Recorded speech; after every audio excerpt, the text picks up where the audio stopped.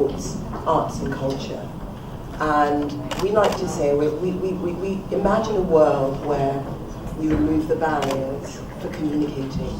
And when you think of communicating ideas, communicating innovatively, arts and culture tends to be at the forefront of that. From time immemorial, if it's not paintings or music or writing, artists have always used these mediums to convey ideas.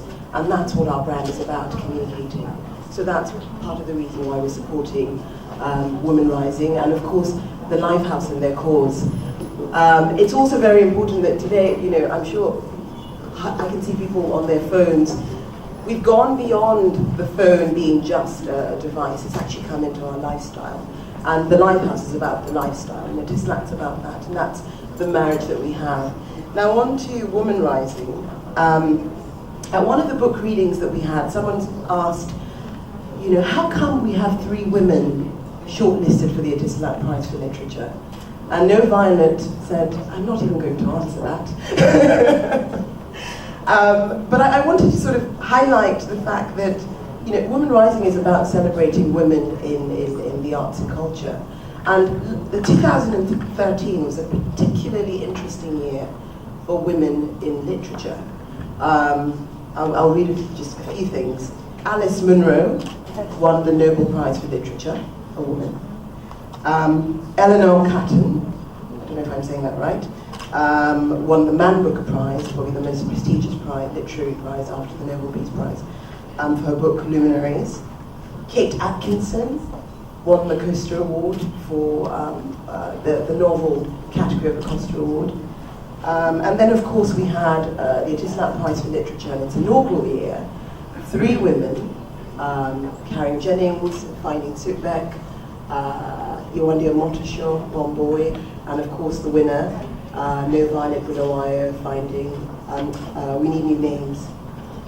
So it was an interesting year for literature.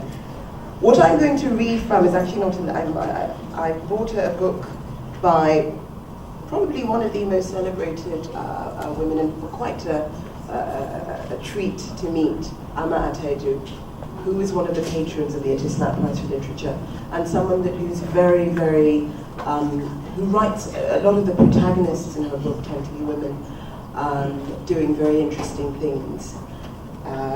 So this book is titled The Girl Who Can, and it's a story that's called Heavy Moments. Now it's important, I picked this one because it's about, it's inspired by the 2 women who made the Ghanaian Air Force, the first women to be pilots for the Ghanaian Air Force. And my father happens to be the Nigerian Air Force. And if I had 25-25 vision, I might be a pilot today. I'm blind. so this is partly why. So Heavy Moments. In a salute to Millicent Melody Dankwa, Ayel Kumi and Joanna Araba Manan Dixon, the 3 women who first dared to join the Ghana Air Force. The last one was disqualified from flying because of severely defective eyesight, but the first 2 definitely became pilots. Akuba opened the door to the toilet near the cockpit. She had almost waited too long. This was obviously a morning of surprises. Now, where had she heard the one about the old man who, in an argument as to whether women should wear trousers, had calmly declared, puffing on his pipe, that it should not really be a problem for anything but women themselves. If they want to imitate men, fine. They'll find out whether they should wear trousers when they want to urinate. Enjoying the release of the tension at the bottom of her belly, she flushed the toilet, washed her hands, shut the door of the toilet, and returned to the cockpit. She sat down, smiled at her co-pilot, and took the controls. The captain nearly made some comment about women, but he bit his tongue. Biting his tongue had almost become a habit in the past couple of years, that he had had those 2 among his recruits at the Air Force Academy. The administration had decided that since this was going to be a rare enough occasion, testing a female cadet pilot, they might as well go all the way and do something extra special. They would let this old lady know about Akuba's test flight, the date, the time, everything. Yes, they would take the responsibility to alert her and leave it to her to decide whether to come to the Air Force Base or not. The voice from the control tower came over the radio clearly, helping, guiding. She began to gently nose down. Then she was actually taxiing on the airstrip. She brought the plane to a stop.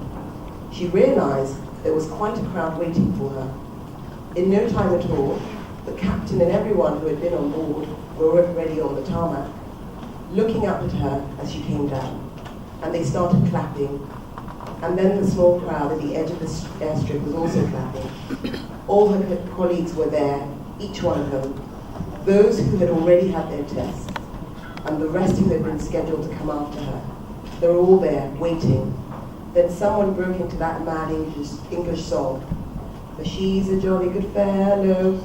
Everyone took the song up, and she wanted to tell them, silly, can't you see I'm not a fellow at all? Jolly or not. How had all these men managed to change so much within such a short time? After all, they had put her and Ya through. How could they show their joy for her so clearly? And by the way, where was Cadet Ya Larry? Where was Ya Sarah? Akuba wanted to burst into tears with both joy and, yes, disappointment. God, where was Ya Sarah? Someone was opening a bottle of champagne. Then she could see Sarah coming out of the crowd. Oh, what a relief. And with her an older woman. And oh, it's Mampa, Mampa, Mampa.